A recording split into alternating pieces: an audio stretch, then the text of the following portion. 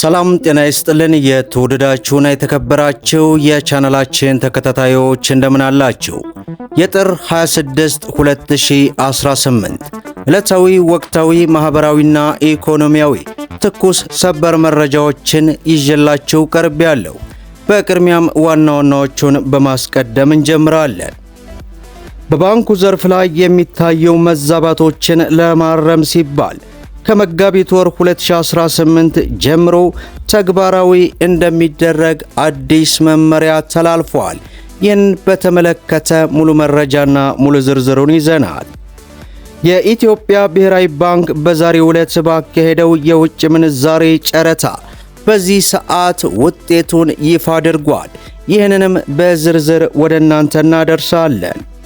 የሕዝብ ተወካዮች ምክር ቤት በዛሬው ዕለት ባካሄደው መደበኛ ስብሰባ ጉዳዮች ጋር በተያያዘ አንዳንድ መግለጫዎችን ይዘናል፣ በዝርዝር እናደርሳለን።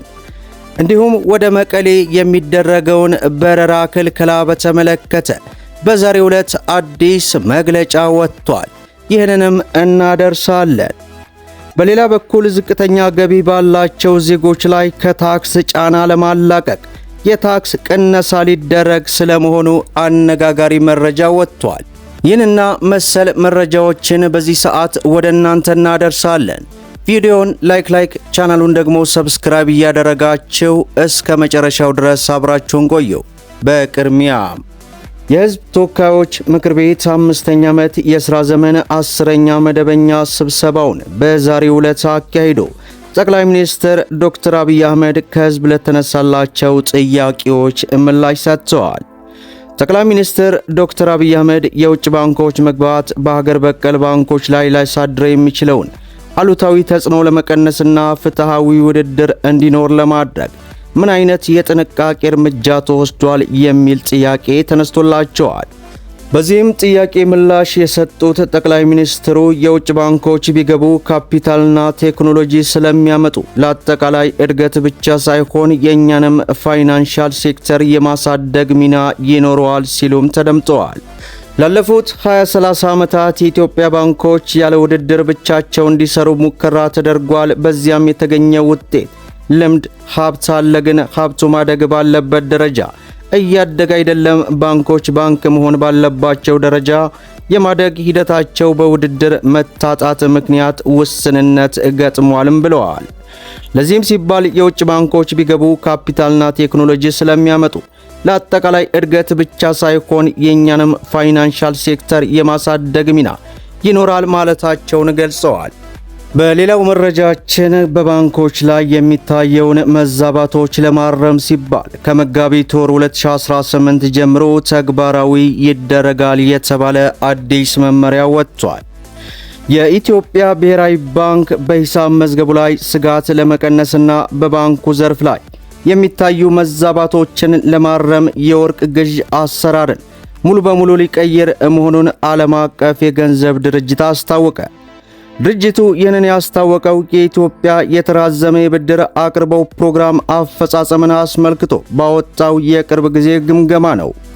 በአዲሱ ማዕቀፍ በአሁኑ ወቅት ብሔራዊ ባንክ ለወርቅ አከማቾች ከዓለም አቀፍ የወርቅ ዋጋ በላይ የሚከፈለው ተጨማሪ ክፍያ ደረጃ በደረጃ የሚቀይር ሲሆን የግል ባንኮችም በወርቅ ግዥ ገበያ ውስጥ እንዲሳተፉ ይፈቅድላቸዋል ይላል።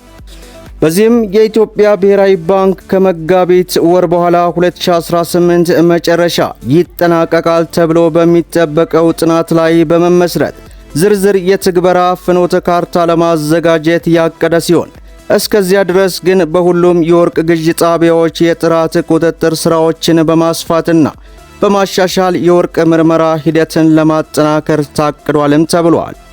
በሀገር በቀል የኢኮኖሚ ማሻሻያ አጀንዳ ስር የተከናወኑ የማክሮ ኢኮኖሚ ማሻሻያዎች ከታሰበው በላይ ከፍተኛ እድገት ማምጣታቸውና የዋጋ ንረትን ማረጋጋታቸው IMF በገለጸው የግል ኢንቨስትመንት በማንቀሳቀስ ረገድ ፈታኝ ሁኔታ መኖራቸውን ማመላክቷል።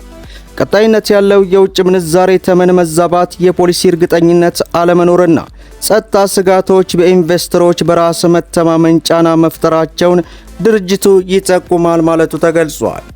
በሌላው መረጃችን የኢትዮጵያ ብሔራዊ ባንክ በዛሬው ዕለት ባካሄደው የውጭ ምንዛሬ ጨረታ ውጤቱን ይፋ አድርጓል። በዛሬው ዕለት ጥር 26 ቀን 2018 የኢትዮጵያ ብሔራዊ ባንክ ያካሄደውን የውጭ ምንዛሬ ጨረታ ውጤት ይፋ አድርጓል። ለዚህም ጨረታ 70 ሚሊዮን የአሜሪካ ዶላር መቅረቡንና በሂደቱ 19 ባንኮች መሳተፋቸውን ጠቅሶ 8 ባንኮች በጨረታው ማሸነፋቸውን ገልጿል። በምንዛሬ ጨረታ 1 የአሜሪካ ዶላር ዋጋ በአማካኝ 155.05 ሆኖ መመዝገቡን ብሔራዊ ባንክ በዚህ ሰዓት ያወጣው ሪፖርት አስነብበዋል። በሌላው መረጃችን ለሳምንታት ያክል አካባቢ ተቋርጦ ስለነበረው የመቀሌ በረራን በተመለከተ አዲስ መግለጫ ወጥቷል። የኢትዮጵያ አየር መንገድ ከጥር 21 ቀን 2018 ጀምሮ ላለፉት 5 ቀናት ወደ ትግራይ ክልል የሚደረገውን በረራ አቋርጦ የቆየ ቢሆንም ዛሬ ማክሰኞው ጥር 26 ቀን 2018 ጀምሮ ዳግም በረራ ማስጀመሩን አስታወቀ። እንደ ፍላይት ራዳር 24 የበረራ መቆጣጠሪያ ድረ-ገጽ መሰረት የበረራ ቁጥር ኢቲ 102 የሆነ ቦይንግ 7737 ማክስ 8 አውሮፕላን ከጠዋቱ 2 ሰዓት ከቦሌ አየር ማረፊያ ተነስቶ ወደ መቀሌ አሉላ አባ ነጋ አውሮፕላን ማረፊያ ማቅናቱ በዚህ ሰዓት ተሰምቷል። በሌላው መረጃችን ዝቅተኛ ገቢ ባላቸው ዜጎች ላይ ከታክስ ጫና ለማላቀቅ የታክስ ቅነሳ ሊደረግ ስለመሆኑ እጅግ አነጋጋሪ የሆነ መረጃ ወጥቷል። የኬንያ መንግስት የኑሮ ውድነትን ለማላቀቅና ኢኮኖሚውን ለማነቃቃት በማለም በወር ከ30 ሺህ ኬንያ ሽሊንግ ወይንም 233 ዶላር ከ35 ሺህ ብር በታች ገቢ ያላቸው ዜጎች ላይ በዛሬው ዕለት የታክስ ቅነሳ ለማድረግ መወሰኑን አስታወቀ። የውሳኔው ዓላማ የዜጎችን የተጣራ ገቢ በመጨመር የዕለት ተዕለት ወጪያቸውን እንዲሸፍኑ በመረዳት እንደሆነም ተገልጿል። የገንዘብ ሚኒስትሩ እንደተናገረው ዝቅተኛ ገቢ ያላቸው ዜጎች ለቤት ክራይና ለትራንስፖርት ከከፈሉ በኋላ በእጃቸው ምንም አይቀራቸውም በማለት የታክሱን አስፈላጊነት አስረድቷል። ይህ እርምጃ የመጣው የኬንያ ገቢዎች ባለስልጣን የታክስ አሰባሰቡን ለመጠበቅና አዲስ አሰራሮችን ተግባራዊ እያደረገ ባለበት ወቅት ነውም ተብሏል።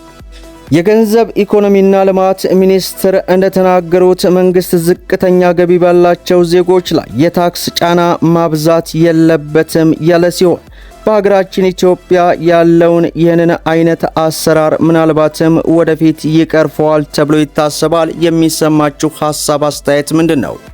በመጨረሻም በሀገራችን ኢትዮጵያ ያለውን የነዳጅ ዋጋ በተመለከተ ጠቅላይ ሚኒስትር አነጋጋሪ መረጃ ሰጥተዋል። ከጎረቤት አገራት አንጻር በኢትዮጵያ የነዳጅ ዋጋ ዝቅተኛ ነው ሲሉ በዛሬው ዕለት በተጠየቀላቸው ጥያቄ ምላሽ ሰጥተዋል። የነዳጅ ዋጋ ጅቡቲ 269 ብር፣ ናይሮቢ 220 ብር፣ ካምባላ 218፣ አዲስ አበባ 129 ብር ነው ሲሉ አክለው ገልጸው በኢትዮጵያና በጎረቤት ሀገራት መካከል ያለው ሰፊ ዋጋ ልዩነት ለነዳጅ ኮንትሮባንድ መስፋፋት ምክንያት ሆኗል ማለታቸውን በዚህ ሰዓት ያገኘነው መረጃ ያመላክታል። መደመጥ ያለባቸው ወሳኝ የሆኑ መረጃዎችን ይመስላሉ። ቪዲዮውን ላይክ ሼር አድርጉት። እስከ ፍጻሜ ድረስ አብራችሁን ስለቆያችሁ ልባዊ ምስጋናችን ይሰጠን። በሌላ ቪዲዮ እስከምንገናኝ ሰላም አለይኩም ወራህመቱላህ።